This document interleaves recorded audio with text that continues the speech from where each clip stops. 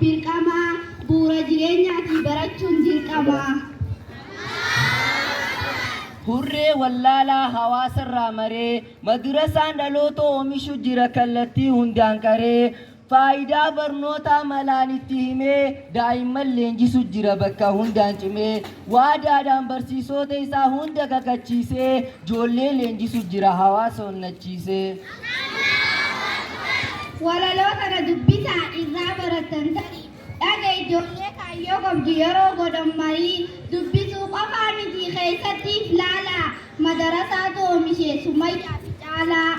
Sumayyaa jechuunis na beeka anumaa intala safuu beektu lokoo akka humaa qallina nalaaltanii namna tuffatina kaayyoo guddaan qaba hangaan galma gahuu natti hin dubbatina manatti hin galin rakkoof harka laattee bakka yaadde ni geessaa yoonif jajjabaatte.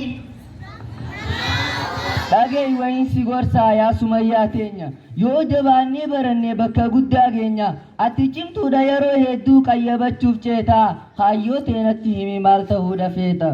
Bagana gorsite obboleessa koo Caalaa nama gufatee beekta ibiddaa laalaa namni eemaltuu tolfate yeroo galma gahaa dubartootaan gargaara an dooktaraan taha kaayyoon deehoo maal natti himi anis niin dagahaa. Maatii tiyyaan na gorsiniin qaba kaayyoo dheeraa ani haqaaniin biyya bulchatee abbaa seeraa hangaan galma gahuuf irraa hin dhiisa tapha maalayaanii qoosaa guyyaa tokko eebbifameetiin gammachuudhaan maatii tiyya oosaa. Galma gahuuf jabaachuu qabna nu dhaloonni ammaa beekumsa dhiisee beekamtii barbaada osoo abaadaa hin beekne biyya bulchuu yaada dhaloota qubee jechuun naamusaan kitaaba dubbisa warri faallaa kanaa tiktoo gubbaa shubbisa. Yaa dhaloota qubee yeroo teessan barnootaaf wareegaa rogsadee fi roga firee baraadanaalee herreegaa teeknooloojii yoo feetan tiktook osoo hin taane koompitara banaa barnoota irratti xiyyeeffadhu kaayyoon teenyaas tanaa.